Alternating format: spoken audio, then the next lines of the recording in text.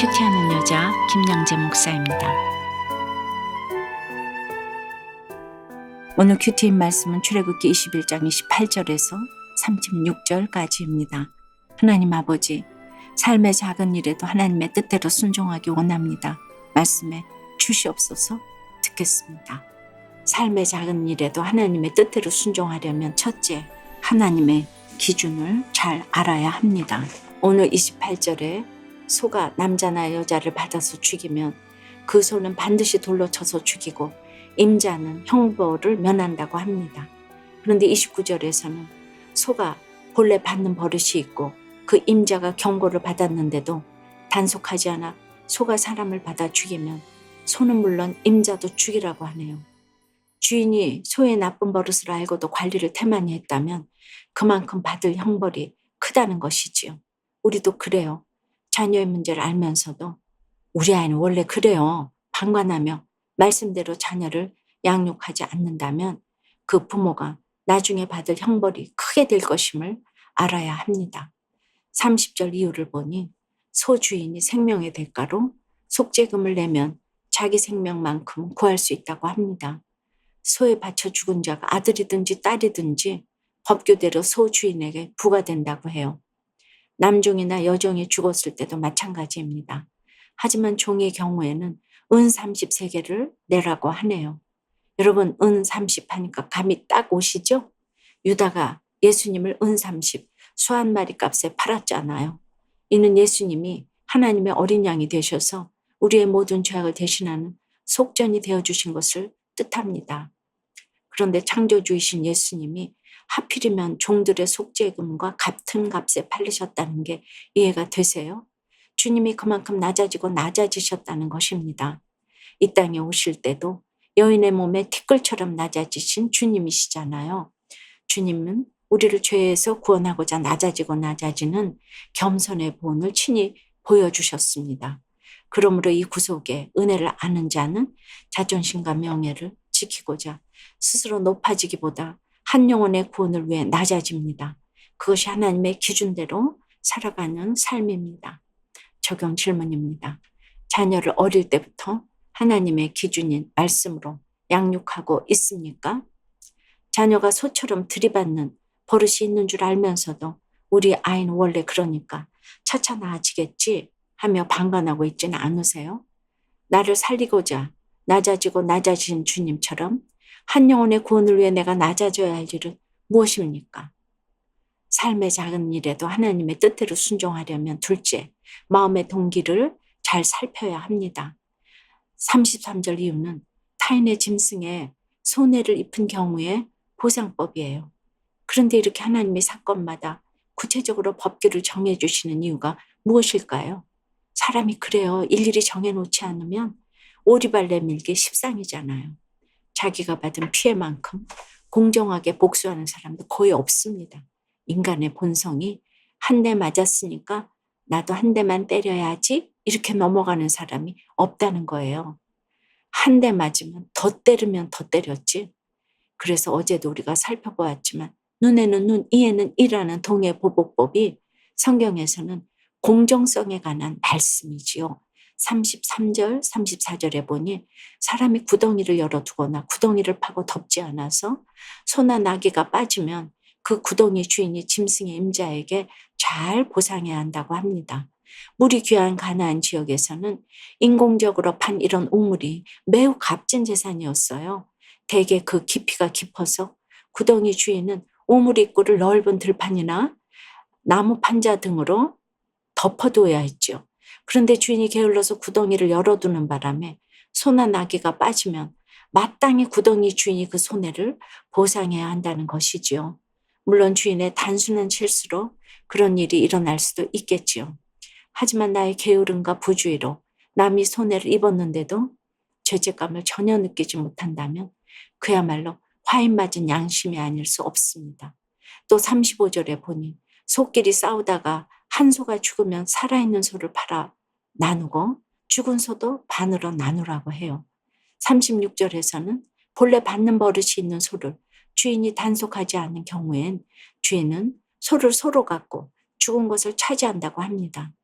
앞에 29절과 마찬가지로 하나님은 소주인의 게으름과 부주의를 엄중히 다루십니다.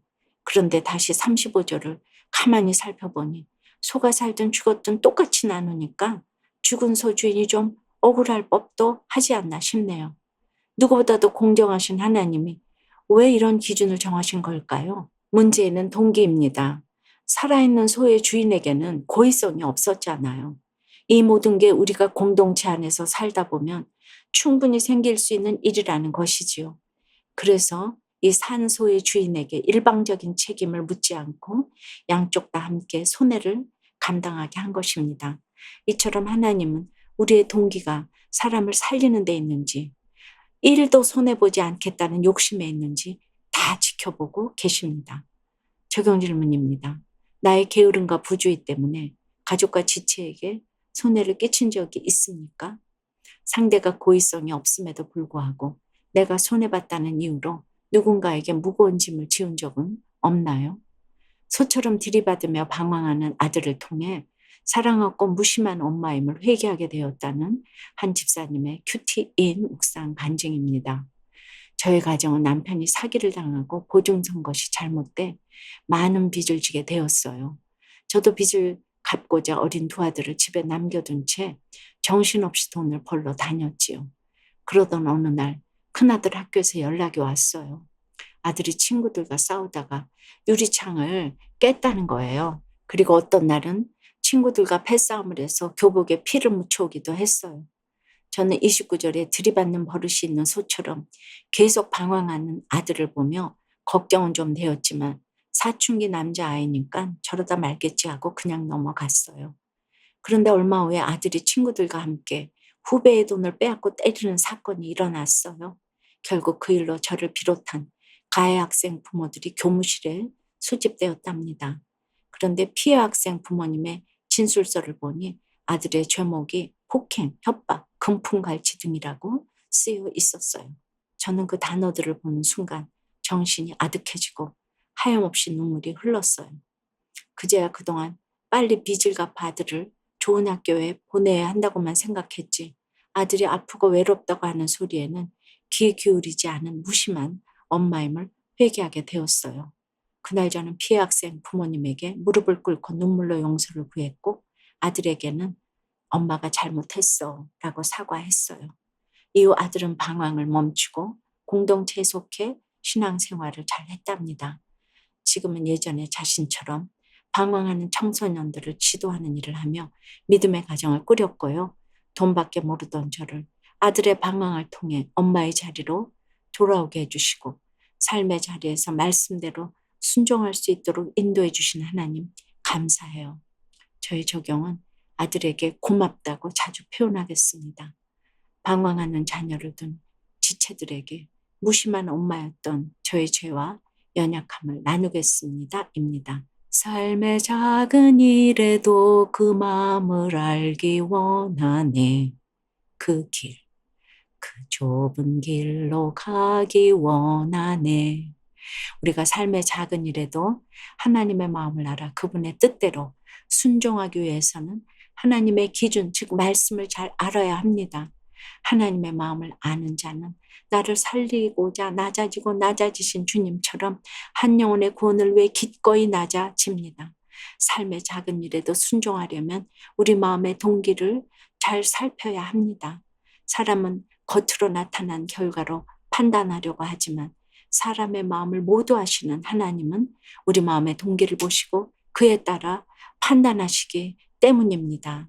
우리가 큐티를 하는 것이 날마다 오늘 우리에게 주시는 말씀을 이렇게 구체적으로 하늘의 언어를 이렇게 땅의 언어로 이렇게 해석해서 나의 삶에 적용해야 하기 때문에 날마다 여전한 방식으로 말씀 묵상하며 적용하는 것이 바로 하늘의 언어를 땅의 언어로 해석해서 우리 삶이 해결돼야 하는 것입니다. 기도드립니다. 하나님 아버지, 삶의 작은 일에도 하나님의 뜻대로 살아갈 수 있도록 오늘 이다지도 구체적으로 그 기준을 말씀해 주시니 감사합니다. 참으로 일일이 말씀해 주시지 않으면 오리발과 모르쇠로 일관하는 저희들입니다. 이렇게 말씀해 주시는 것이 잔소리가 아니라 하나님의 깊고도 넓은 사랑임을 깨닫게 도와주시옵소서. 창조주 예수님이 우리를 구원하시려고 종처럼 낮아지고 낮아지셔서 은30에 팔리셨는데 우리는 자존심과 명예를 내세우느라 구원을 위해 낮아지지 못할 때가 얼마나 많은지 모르겠습니다. 또 들이받는 버릇이 있는 소를 단속하지 않은 주인처럼 하나님을 떠나 방황하는 자녀를 보면서도 차차 나아지겠지 하며 방관할 때도 있습니다. 참으로 구원에 애통함이 없는 저희를 불쌍히 여겨 주시옵소서. 주여 용서해 주시옵소서. 주님이 우리의 게으름과 부주의를 엄중히 다루신다는 것을 기억하고 늘 깨어있게 하여 주시옵소서. 우리 마음의 동기가 생명을 살리는 데 있는지 내 욕심에 있는지 항상 잘 살펴서 삶의 작은 일에도 하나님의 뜻대로 순종하는 저희가 되기 원합니다. 그리하여 오늘 하루도 생명을 살리는 일에 쓰임받게 도와주시옵소서. 주여 역사하여 주시옵소서. 예수 그리스도 이름으로 기도드리옵나이다. 아멘. 지금까지 우리들 교회 김양재 목사님이었습니다.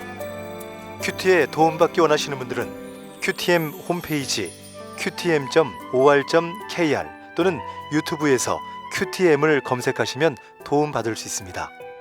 자세한 문의사항은 지역번호 031-705-5360번으로 문의하시기 바랍니다.